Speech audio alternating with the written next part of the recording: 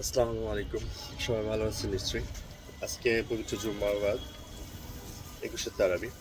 আপনারা বিগত কয়েকদিন আগে দেখেছেন যে আমাদের প্যালেস্টাইন ভাইদেরকে যেভাবে হত্যা করা হয়েছে, ৪০৪ জন মানুষ মারা যায় এবং শান্তি চুক্তি করার পর সিজফায়ার করার পরে এয়ার স্ট্রাইক দেওয়া গাজায় প্যালেস্টাইনের এই জেনোসাইডের অ্যাক্টের জিনিসটা পুরো পৃথিবী স্তম্ভিত হয়ে গেছে। মুসলিম ভাইদের অন্তরে আঘাত এনেছে। বাইতুল মুকাদ্দাস জেরুজালেম আমাদের হৃদয়ের একটা অংশ। মক্কা মদিনা পরে এই জেরুজালেমের স্থান। এইখানেই পৃথিবীর প্রথম কেবলা সংঘটিত হয়েছিল। এখানে ঈসা আলাইহিস সালাম, মুসা আলাইহিস সালাম, ইব্রাহিম আলাইহিস সালাম সমস্ত নবীর নেতৃত্ব দিয়েছিলেন আমাদের প্রিয় রাসূল সাল্লাল্লাহু আলাইহি ওয়াসাল্লাম। সেই জায়গায় যে সকল মানুষ রয়েছে তারা আল্লাহর প্রতিনিধি। আজকে সৌদি আরব, মিশর যে কাজটা করছে প্যালেস্টাইনের জন্য সেটা সবচেয়ে বেইমানের। এবং সৌদি আরব মুসলিমদেরকে কখনোই কেয়ার করে না, কারণ সৌদির যে সরকার এবং প্রশাসন ব্যবস্থা রয়েছে এটা হলো ব্রিটিশ ম্যান্ডেট তথা ইসরায়েল পন্থী, এবং আমেরিকা ইসরায়েল তাদের অন্যতম একটা মিত্র।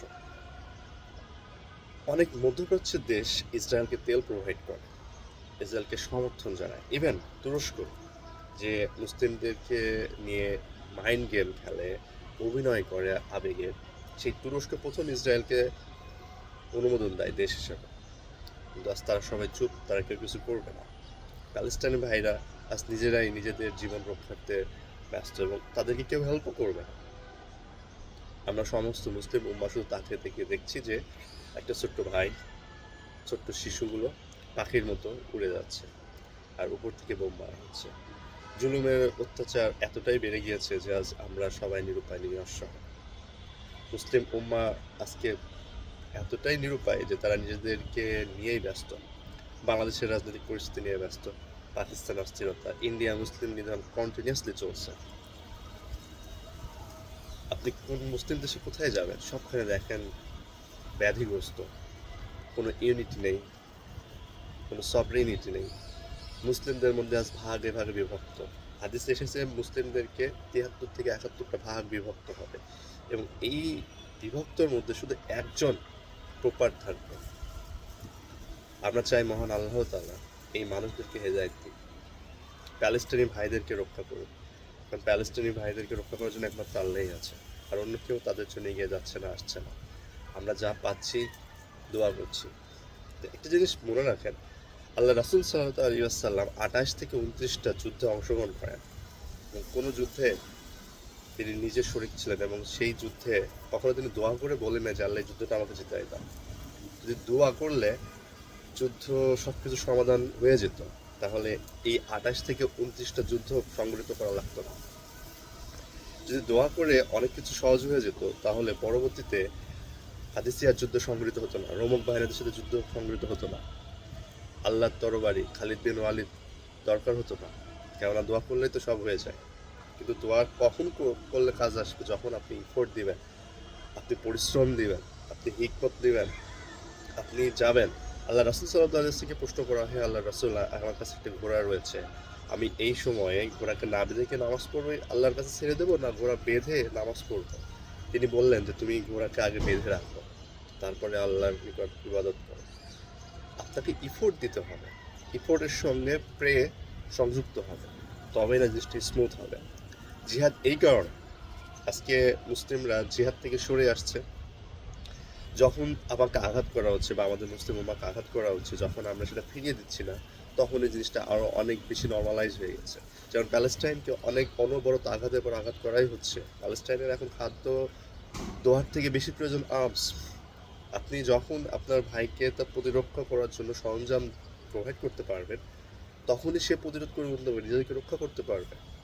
যেমন ইসরায়েলকে নতুন অস্ত্র চালান দিয়েছে আমেরিকা, এবং সেই অস্ত্র অ্যাপ্লাই করলো, এবং কিছুক্ষণের মধ্যে ৪০৪ জন মানুষকে তারা মেরে ফেললো, এবং এর মধ্যে ১৩০ জনের শিশু। মহান আল্লাহ তো দেখছেন। এই জুলুম নির্যাতনের অন্যতম প্রথম শিকার হওয়া উচিত মুসলিম, কারণ এই মুসলিমদের কারণেই তাদের আজকে এই পরিণতি। আজকে দেখেন মিশর, পাশের দেশ মিশর, তারা আটকে রাখছে, তাদেরকে কোনো প্রকার কোঅপারেশন করছে না।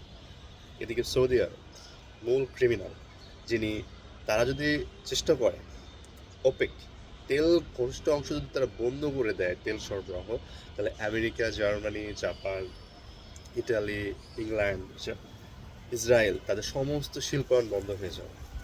তাদের কমিউনিকেশন বলেন, তাদের শিল্পের এই ইন্ডাস্ট্রিয়ালাইজেশন বলেন, সব কিছু কিন্তু অফ হয়ে যাবে। কিন্তু তারা এই কাজটা করবে, তাদের আভিজাত্য নিয়ে তারা বড়াই করবে, যেটা মিথ্যা। এবং নিশ্চয়ই মহান আল্লাহ তাআলা তাদেরকে সেই দিন সাক্ষী করবেন এবং আসামির কাঠ করে দাঁড়াবেন। সেদিন খুবই নিকটে, কারণ জুলুম বেশি দিন চলে না এবং সে টিকে থাকতে পারবে না। প্যালেস্টাইনের আজকের ভাইরা মাটি আঁকড়ে দাঁড়িয়ে রয়েছে প্যালেস্টাইনের ভূমিতে, তারা পাথর দিয়ে নিজেদেরকে রক্ষা করছে।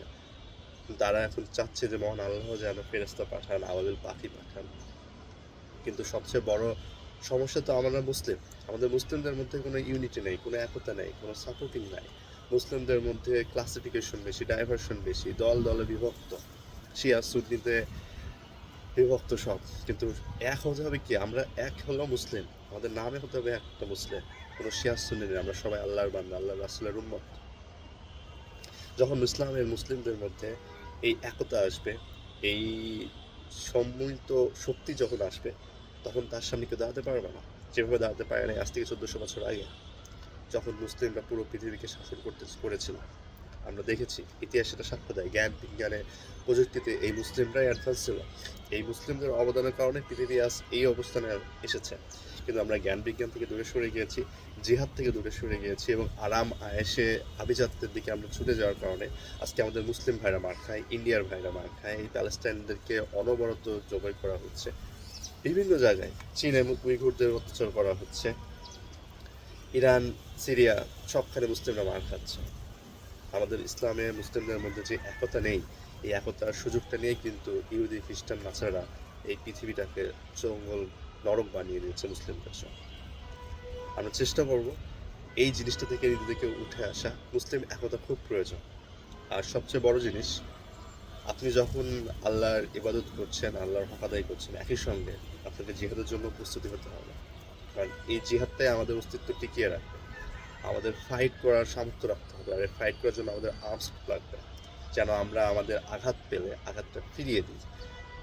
ইসলাম তরবারিতে দিয়ে ইসলাম আসে না, ইসলাম এসেছে তার ক্যারেক্টার দিয়ে। কিন্তু ইসলামকে যখন আঘাত করা হয়েছে তখনই সে প্রতিঘাত করেছে তরবারি দিয়ে। ঠিক একইভাবে আমাদেরকেও জিহাদে আসতে হবে, জিহাদে নামতে হবে এবং এই আমাদের মুসলিম ভাইদেরকে রক্ষা করার জন্য এই যুদ্ধের দিকে আমাদের পদার্পণ করতে হবে। যুদ্ধ ছাড়া আমাদের এখানে আর কোনো পথ নেই।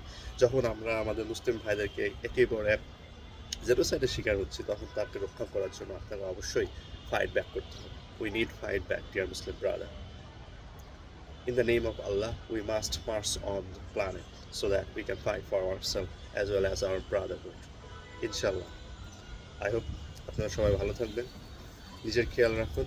আজকে শবে কদরের দিন, শবে কদরের হক আদায় করুন, মহান আল্লাহ আপনাদেরকে সহায়তা করুন। আর প্রত্যেক, সে যে ধর্মেরই হোক না কেন, কাউকে হত্যা নয়, সবারই অধিকার রয়েছে পৃথিবীতে শান্তিতে থাকে। জেনোসাইডকে না বলুন। প্যালেস্টাইন ভাইদেরকে, ইন্ডিয়ান ভাইদেরকে রক্ষা করার জন্য আমাদের সবাই এগিয়ে আসা উচিত। আসসালামু আলাইকুম।